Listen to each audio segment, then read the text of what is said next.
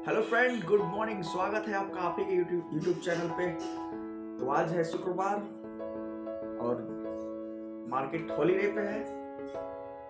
आज हम लोग मार्केट जो क्लोज हुई है, Nifty bank Nifty option trading किस तरह से कामकाज की है क्लोजिंग के दिन, और उसके बाद हम लोग चर्चा करेंगे दो स्टॉक की। बैंकिंग सेक्टर के दो स्टॉक आज मैं लाया हूँ फ्रेंड, जो आने वाले दिनों में काफी अच्छा रिटर्न दे सकता है। तो पोर्टफोलियो में से शामिल करेंगे और फंडामेंटली और फाइनेंशियल काफी मजबूत स्टॉक है। इंडिया के लार्जेस्ट बैंकिंग सेक्टर के स्टॉक है। तो चलिए शुरू करते हैं हम लोग। आखिर स्ट्रेटेजी क्या बनी थी बृहस्पतिवार को और सोमवार को क्या काम काज करेगा ऑप्शन ट्रेडिंग में Nifty bank Nifty BSE Sensex. तो फ्रेंड, अगर आप इस वीडियो पर नए हैं तो प्लीज लाइक करें, सब्सक्राइब करें, शेयर करें, नोटिफिकेशन पर पाने के लिए बेल बटन को प्रेस करें।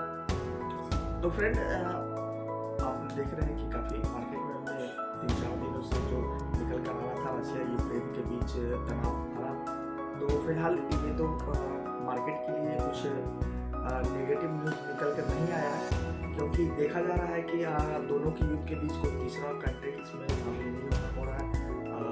यूएसए हो या और यूरोपियन कंट्री हो, फिर इंग्लैंड हो, ये सारे चीज़ जो है कि बाहर से ही जो रशिया को है प्रतिबंध वगैरह लगाने की, फाइनेंशियली तोड़ने की कोशिश की जा रही है। दूसरे देश से दूसरे दुनिया से इस दुनिया से अलग थलग करने की कोशिश कर रही जा रही है, युद्ध के जरिए नहीं है। और जो भी जितने भी बाहर से जो कोशिश हो रही है जो कि रशिया पे इम्पैक्ट आने वाले दिनों में डालेगा। तो युद्ध में तो अमेरिका जाने से मना ही कर दिया है, लेकिन जिसके कारण जो रिपोर्ट निकल कर आई कि महायुद्ध जो होने वाला था, वो फिलहाल मार्केट ने एक पॉजिटिव व्यू मान लिया कि इस तरह से कुछ अब खतरा नहीं है देश को या पूरे वर्ल्ड को खतरा नहीं है। तो मार्केट ने कल काफी अच्छा मूवमेंट दिया। निफ्टी बैंक निफ्टी ने स्टॉक मार्केट में काफी ज्यादा मार्केट ऊपर गई और सारे स्टॉक के 8 से 10%, किसी स्टॉक में 5%, किसी स्टॉक में 6% की तेजी देखी गई। और जो देखा जा रहा था कि डॉ जोन करीब 3 बजे 3:30 बजे तक हमारे इंडियन मार्केट क्लोजिंग के समय आपको डॉ जोन जो था करीब 1% की गिरावट के साथ जो खुली चल रही थी, जो कि आखिरी के करीब 2 घंटे बाद करीब 5 से 6 बजे तक ये स्टॉक जो है आपका डॉ जोन जो है आपका करीब आपको 2% की तेजी देखी गई। तो जो एक गिरावट देखी जा रही थी 1% की, वो गिरावट को मेंटेन करते हुए एक ब्रेकआउट हुई और उस गिरावट को तोड़ते हुए करीब डॉ जोन ने करीब 2 से 2.5% की तेजी दिखाई। तो हम लोग देख नहीं पा रहे हैं फ्रेंड्स कि आपको देख निफ्टी 50 जो है कल 16,658 पे क्लोजिंग हुई, करीब 2.5% की बढ़त के साथ। जो बढ़त का रेशियो था 410। उसके बाद बीएसई सेंसेक्स की बात करें तो इसका भी करीब 2.5% की तेजी के साथ कल क्लोजिंग दिया है और ये था आपका 55,858। उसी तरह निफ्टी बैंक ने भी करीब सबसे ज्यादा तेजी देखी गई, जो कि 3.5% की है, और ये तेजी आपको 12,000 के करीब देखी गई और क्लोजिंग हुई थी 36,400 की। तो काफी अच्छा ब्रेकआउट कल मार्केट में सेंटिमेंट बना। ओपनिंग जो हुई थी काफी गैप अप ओपनिंग हुई थी, करीब 600-700 पॉइंट की गैप अप ओपनिंग हुई थी निफ्टी बैंक निफ्टी पे। फिर निफ्टी 50 में भी काफी अच्छा ओपनिंग देखने को मिला, क्योंकि जो युद्ध चल रहा था आपको सभी देशों ने अपना हाथ खींच लिया। यूक्रेन को अकेला छोड़ दिया, यूरोपियन कंट्री और यूएस ने तो उनका साथ ही छोड़ दिया, क्योंकि रशिया से वो दो टुक नहीं होना चाह रहे थे और जो दबाव था वर्ल्ड वार का वो लगभग खत्म हो चुका है। लेकिन आने वाले दिनों में नजर बना के रखना होगा आखिर क्या हो रहा है। हो सकता है कुछ नेगेटिविटी आए, लेकिन रशिया और यूक्रेन के बीच आने वाले दिनों में 1-2 दिनों में बात होने वाली है, क्योंकि यूक्रेन ने जो कहा है कि हम बिना किसी शर्त के हम रशिया से बात करने के लिए तैयार है। रशिया भी एक्सेप्ट कर चुका है कि अब चलिए भाई हम भी बात करेंगे, लेकिन रशिया ने साफ तौर पे ये बता दिया है कि वो अगर नाटो की सदस्यता लेने के लिए मना कर देता है, वो एक संधि पर हस्ताक्षर करता है कि नाटो की सदस्यता वो आने वाले दिनों में कभी नहीं लेगा, तो उसके साथ एक वार्ता की जा सकती है। नहीं तो फिर हमारा जो अभी चल रहा है स्ट्राइक करनी थी, वो हम स्ट्राइक करेंगे। कीवा पे हम लोग अटैक करके कीवा को निस्तनाबूद करने का हम देख पा रहे हैं कि 2 जगहों पे जो परमाणु संयंत्र लगे हुए थे उन पर उन्होंने कब्जा कर लिया है। और काफ़ी स्थिति खराब है यूक्रेन की। तो चलिए हम लोग आगे बढ़ते हैं, हम लोग स्टॉक पे आते हैं फ्रेंड्स। तो डाउ जोन्स की जो गिरावट थी 3-3:30 बजे तक कल, जो कि आज काफ़ी बढ़त के साथ बंद हुई और करीब 2.5% की तेजी देखी गई। डाउ जोन्स में 33,994 पे क्लोजिंग हुई, करीब 838 की बढ़त के साथ ये मार्केट बंद हुई। तो काफ़ी अच्छा खासा विदेशी से सेंटिमेंट आ रहा फ्रेंड, काफ़ी ज़्यादा मार्केट में ऊपरी स्तर लेवल को टच किया है मार्केट ने, और मार्केट में खुशी आई है, जो कि वो खुशी का कारण है वर्ल्ड वार होने की संभावना लगभग खत्म हो चुकी है। सभी जो भी रसिया के खिलाफ देश थे, नाटो देश या उसके सहयोगी देश जो साथ में थे, वो लगभग अपने मूवमेंट को चेंज कर दिया है उन्होंने, और यूक्रेन को अकेला छोड़ दिया है। बहरहाल हम लोग आगे बढ़ते हैं फ्रेंड। आज मैं जो स्टॉक लाया हूँ, तो फ्रेंड एक चीज आप ध्यान में रखिए, अगर आपको डेली रिफ्रेश रहना है, डेली फ्रेश रहना है, तो 2-3 बातों को हमेशा ध्यान में रखिए। क्योंकि अगर मार्केट में इन्वेस्ट करते हैं और सारा भी काम करते हैं, और वर्क ऑफिस का प्रेशर रहता है, अगर बिजनेस करते हैं तो मार्केट का प्रेशर रहता है, तो ये सारी चीज़ों को अगर आप अच्छे तरीके से करना चाहते हैं तो 2-3 बातों को ध्यान रखें फ्रेंड। सबसे पहले कि नींद को पूरा करें। अगर आप सोते हैं तो 6-6.5 घंटा, एक नॉर्मल इंसान को 6 से 6.5 घंटा सोने की जरूरत होती है। इसको ध्यान में रख के 6 से 6.5 घंटा, 7 घंटा भी सो सकते हैं। लेकिन फ्रेंड बहुत से इंसान ऐसे भी हैं जो कि अलग अलग तरह के इंसान है, सबका ह्यूमन बॉडी अलग अलग है। तो किसी को 12 घंटे भी लग जाता है फ्रेंड रिफ्रेश होने में, किसी को 5 घंटे। जैसे मोदी जी का ले लीजिए आप, मोदी जी जो बोलते हैं, नरेंद्र मोदी जो हमारे प्रधानमंत्री हैं, वो कहते हैं कि सिर्फ 5 घंटा में सोता हूँ, 4 घंटा सोता हूँ, तो वो अलग है। लेकिन मोदी जी की तरह अगर लोग करने लगे 5 घंटा उठ करके काम काज करने लगे, तो आप देखेंगे कि आपका जो दिन भर का दिनचर्या होता है वो काफ़ी दिक्कतों भरा होगा। तो कोई भी वर्कआउट जो होता है आप अच्छे से नहीं कर पाएंगे। तो फिलहाल एक चीज़ तो हो गई कि नींद पूरा कीजिए। दूसरा हो गया फ्रेंड, सुबह टाइम से उठिए। अगर आप सोते हैं 7 घंटा 8 घंटा, तो अर्ली मॉर्निंग उठिए।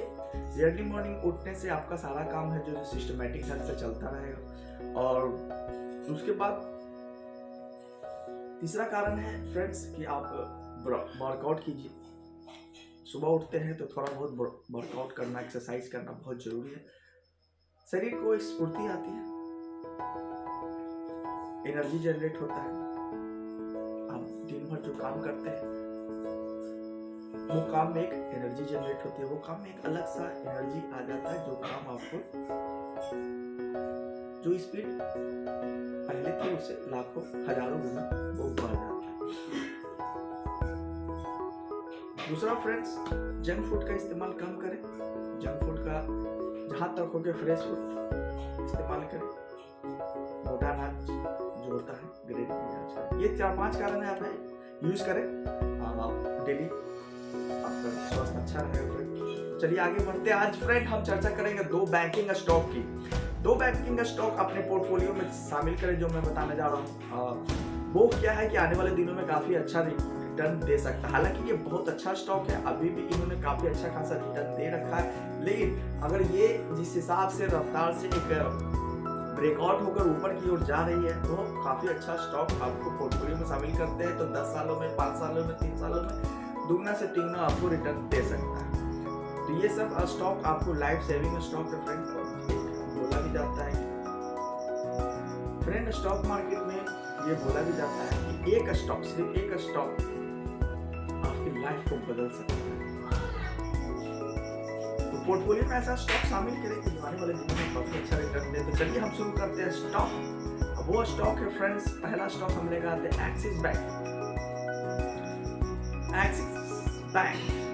Axis Bank Limited, formerly known as UTI Bank, is an Indian banking and financial service company headquartered in Mumbai, Maharashtra. It sells financial service in large and mid-sized companies, SME and retail business as 30 January 2013. CEO है friend Amitabh Chaudhary, जो कि 1 जनवरी 2019 से है इसमें जुड़े हुए। Headquarter Mumbai में है फ्रेंड्स। फाउंडेड जो भी इस बैंकिंग की आपको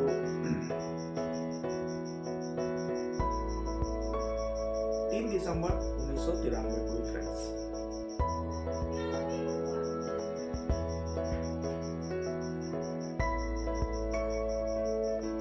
नंबर ऑफ एम्प्लॉय 78,000 के करीब है फ्रेंड्स। रेवेन्यू कंपनी की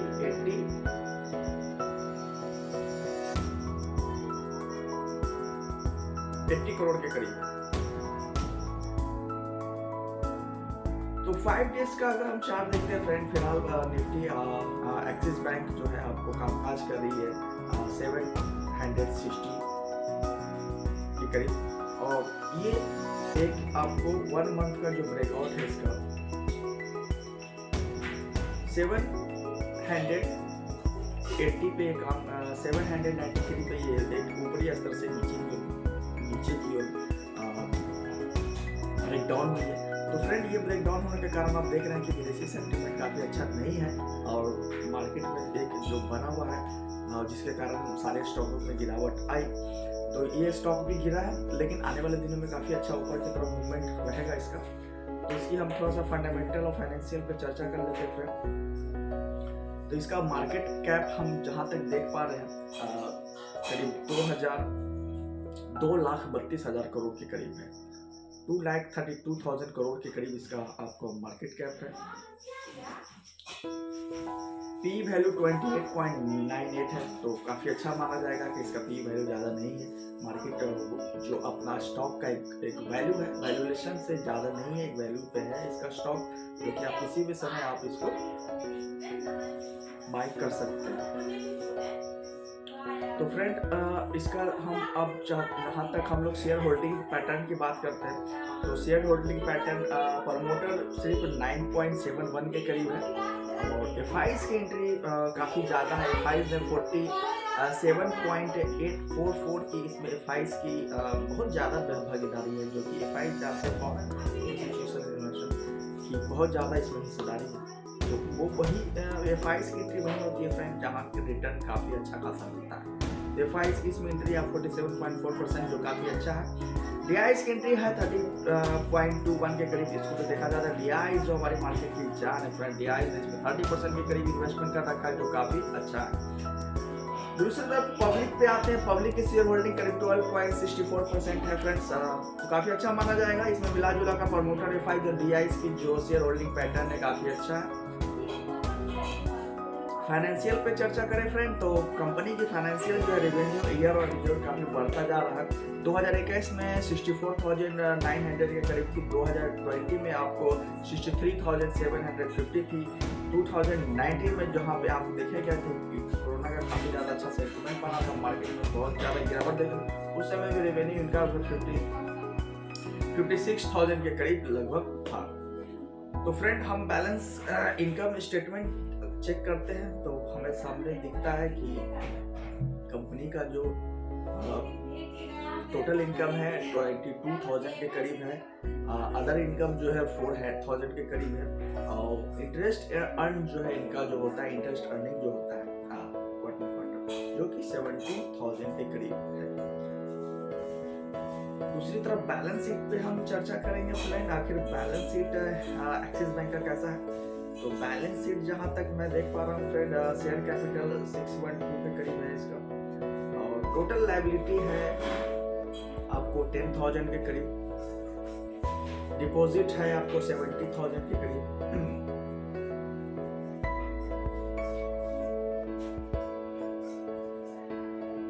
कैश फ्लो पे चर्चा कर लेते हैं फ्रेंड। कैश फ्लो आखिर कैसा है इसका। नेट कैश फ्लो है माइनस में है इनका 34,000 के करीब। ऑपरेटिंग एक्टिविटी जो है इनका कैश फ्लो का 12,000 के करीब है। फाइनेंशियल एक्टिविटीज करीब 77,229 करोड़ का है। अदर्स जो है कि -90 के करीब। तो ईयर ऑन ईयर इनका फाइनेंस जो है कैश ऑन मनी इनका सारा, आप इनका प्रोडक्ट ही लोगे तो सारा प्रोडक्ट वगैरह सब एसेट जो है इनका मार्केट में ही लगा होता है। दूसरी तरफ फ्रेंड हम थोड़ा सा कम्युनिटी सेंटिमेंट की तरफ जाएंगे। आखिर मार्केट में कम्युनिटी सेंटिमेंट क्या कहती है हमारे रिसर्च कॉलेज का। तो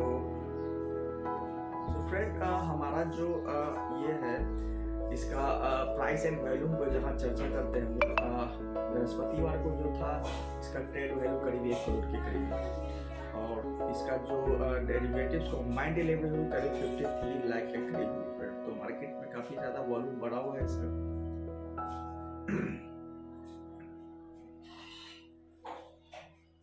तो फ्रेंड ये हो गई हमारी बैंकिंग सेक्टर की company axis bank.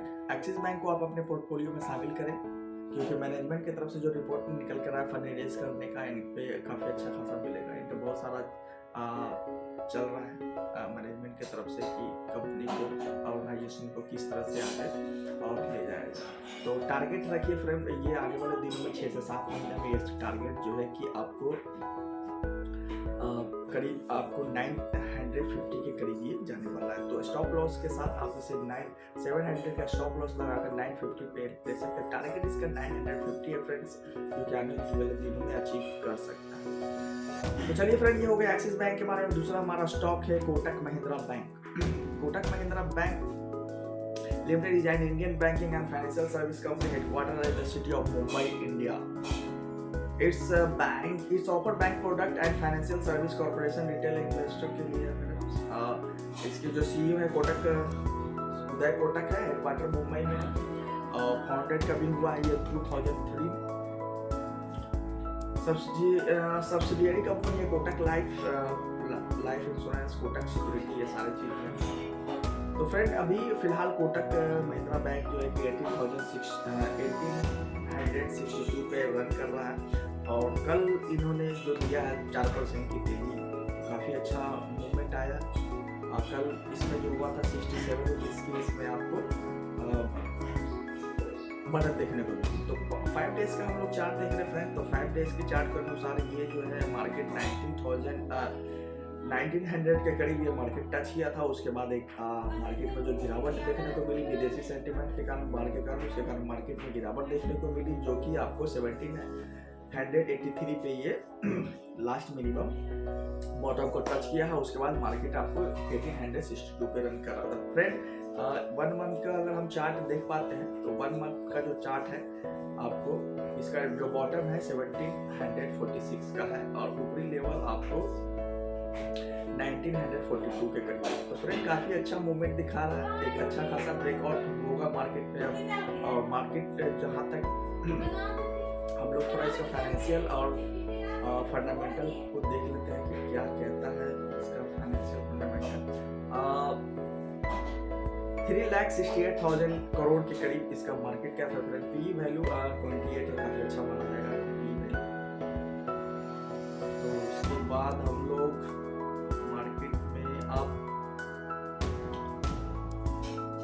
Share holding pattern पे हम लोग चर्चा कर लेते हैं friend. Share holding pattern promoters करीब 25%, 25.95 के करीब है। तो काफी अच्छा प्रमोटर साइड यहाँ पे जा रहा है।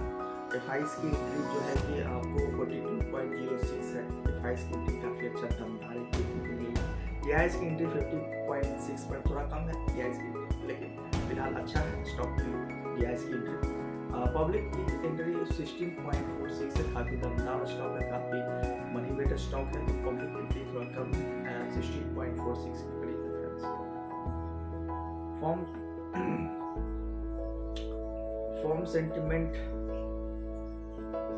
Share holding pattern, peer subsidiary company इसकी कौन सी बैंक, कोटक महिंद्रा बैंक का जो पीयर कंपनी है friend, HDFC bank, ICICI bank, Axis bank, IndusInd bank, इसके कंपटीटर हैं फ्रेंड्स। तो हम चर्चा करेंगे आपको फाइनेंशियल पे। फाइनेंशियल आखिर क्या कहता है फ्रेंड। तो फाइनेंशियल काफी अच्छा 2021 में करीब रेवेन्यू जो जनरेट हुई थी आपको 32,819 के करीब। 2020 में रेवेन्यू जो जनरेट हुई है 33,474 की। 2019 में जो रेवेन्यू जनरेट हुई है फ्रेंड 29,930 की। तो काफ़ी अच्छा ईयर और ईयर जो है इनका रेवेन्यू अच्छा जनरेट हो रहा है फ्रेंड। दूसरी तरफ हम इनकम स्टेटमेंट की बात करें तो इनकम स्टेटमेंट जो दिख रहा है इनका 2000 दिसंबर 21 में आपको इंटरेस्ट अर्न जो था 8,264 के करीब था। अदर इनकम जो था 5,064 का था। तो काफी अच्छा पैटर्न दिख रहा है इनका। हम लोग जरा आते हैं इनका ऑपरेशनल प्रॉफिट जो था करीब 4292 का था फ्रेंड। प्रोविजनल एंड कंटिजेंस जो था वो -118 था। तो टोटल इनकम जो दिख रही है 14,176 का, तो काफी अच्छा प्रॉफिट दिखा जा रहा है फ्रेंड। बैलेंस शीट पे चर्चा कर लेते हैं। बैलेंस शीट जो शेयर कैपिटल दिख रहा है आपको 1490 का, रिजर्व सरफेस जो दिख रहा है 83,300 का, डिपॉजिट जो है इनका 2,78,000 के करीब है, बोरो जो है इनका 47,000 के करीब है, लायबिलिटी जो है 25,000 के करीब है। तो आप देख पा रहे हैं टोटल लायबिलिटी जो है 4,78,000 के करीब। तो फ्रेंड हम थोड़ा सा कैश फ्लो के बारे में भी चर्चा कर लेते हैं। कैश फ्लो आखिर कोटक महिंद्रा बैंक का कैसा है। तो नेट कैश फ्लो जो आपका दिख रहा है फ्रेंड 2021 में -16,383 का है। तो नेट कैश फ्लो भी बैंकों के पास कम है, क्योंकि सारा चीज इन्होंने जो रूल एंड रेगुलेशन आया है ऊपर से सेंट्रल की तरफ से, या फिर जो स्कीम लागू की है लोन वगैरह देने का, वो फ्लो बढ़ा है। तो मार्केट में जो कैश था इनके पास उन्होंने वो इन्वेस्ट किया, जो कि रिटर्न आपको मिलने वाला है। तो फाइनेंशियल एक्टिविटी माइनस में है फ्रेंड, इन्वेस्टिंग एक्टिविटी माइनस में है फ्रेंड, ऑपरेशनल एक्टिविटी जो है प्लस में 4,881 के करीब है, जो कि काफी अच्छा है। तो फ्रेंड ये सारा चीज फाइनेंशियल फंडामेंटल के बारे में हम लोग देख चुके हैं। ये स्टॉक हम लोगों को पोर्टफोलियो में शामिल करना चाहिए। 1856 पे रन कर रहा है। एक स्टॉप लॉस 70,000 का स्टॉप लॉस लगाकर इसको लॉन्ग टर्म के लिए आप ले सकते हैं फ्रेंड। आने वाले दिनों में आपको 3,000 4,000 के करीब कोटक महिंद्रा बैंक जाने को दिखेगा। तो लॉन्ग टर्म प्रोसेस पे इसको आप लीजिए, आप अपने पोर्टफोलियो में शामिल करिए। हल्का हल्का ऐसे ही 5%, 10%, 2% अपने इन्वेस्टमेंट का जो आपको पैसा लगता है कि ये हमारे लिए अभी जरूरत की चीज नहीं है, इसको इन्वेस्ट अगर ऐसा जगह करें जहां से आपको प्रॉफिट 100 टाइम ज्यादा दे सकता है, तो इस स्टॉक में इन्वेस्टमेंट करें। एक्सिस बैंक और कोटक महिंद्रा बैंक ये जो है कि आपको पीएफएमडी पर जमा करते हैं, उससे भी काफी ज्यादा रिटर्न आपको दे सकता है। बहुत से लोग ऐसे होंगे जो सोचते होंगे कि हमारा जो पैसा है वो कहाँ इन्वेस्ट करें जो कि हमको प्रॉफिट ज्यादा से ज्यादा। तो फ्रेंड ये स्टॉक काफी अच्छा है, उस लेवल का स्टॉक है जो कि आने वाले दिनों में आपका जो इन्वेस्टमेंट को है 10 टाइम 100 टाइम इतना टाइम कर सकता है 10 to 15 ईयर्स में कि आप सोच नहीं सकते। एक सेविंग अकाउंट है, बच्चों को आप लोग जब जमा करते हैं इंश्योरेंस वगैरह करते हैं, तो उसमें जो इन्वेस्टमेंट से जो पेमेंट मिलता है उससे बहुत ज्यादा आपको मिलेगा। तो फ्रेंड एक चीज मैं कहना चाहूंगा कि जो मैं ये चीज बताता हूँ आपको इन्वेस्टमेंट के बारे में, तो ये आप अपने फाइनेंशियल एडवाइजर से एक बार सलाह ले लिया करेंगे। और दूसरी बात, हम लोग एजुकेशन पर्पज से बनाते हैं। जो हम आप लोग को स्टॉक की राय देते हैं, ऑप्शन की ट्रेडिंग की राय देते हैं, वो एक एजुकेशन पर्पज से होता है। जो बिगिनर है इसे सीख करके आप अपने खुद से निर्णय लें क्या करना है, मार्केट में अपने को अपना जो है टैलेंट को बढ़ाएं। मार्केट में इन्वेस्टमेंट तभी करें जब आपको सारा चीज समझ में आ जाए। आप अपने को एक गुरु के साथ रखें, यूट्यूबर जो यूट्यूब पे वीडियो बनाते हैं, जो एक्सपर्ट्स हैं उनकी सलाह लें, उसके बाद ही इन्वेस्टमेंट करें। कि इन्वेस्टमेंट करना खतरों से खाली नहीं है फ्रेंड। हालांकि मार्केट में 100 में से 90% लोग फेलियर हुए हैं, लेकिन 10% जो मार्केट में एक्टिव है और जो अर्न किया है उनसे सीखे कि आखिर उन्होंने क्या किया। जो 10% लोगों ने मार्केट से प्रॉफिट कमाया, तो वो प्रॉफिट को जनरेट करने के लिए वो 10% आदमी के साथ जुड़े, हमारे जैसे लोगों के साथ जुड़े। और मैं एक चीज बोलना चाहूंगा फ्रेंड्स, अगर आपको इन्वेस्टमेंट करने में कोई दिक्कतें आ रही है तो हमारे कमेंट बॉक्स में डालें किस स्टॉक में इन्वेस्टमेंट करना चाह रहे हैं, उस स्टॉक के बारे में बताएंगे। आपको किसी चीज का रजिस्ट्रेशन हो रहा है, स्टॉक में इन्वेस्टमेंट करने में दिक्कतें आ रही है, तो हम आपके साथ वो सारे कोटेशन को दूर करेंगे। तो फ्रेंड चलिए आज का दिन को समाप्त करते हैं और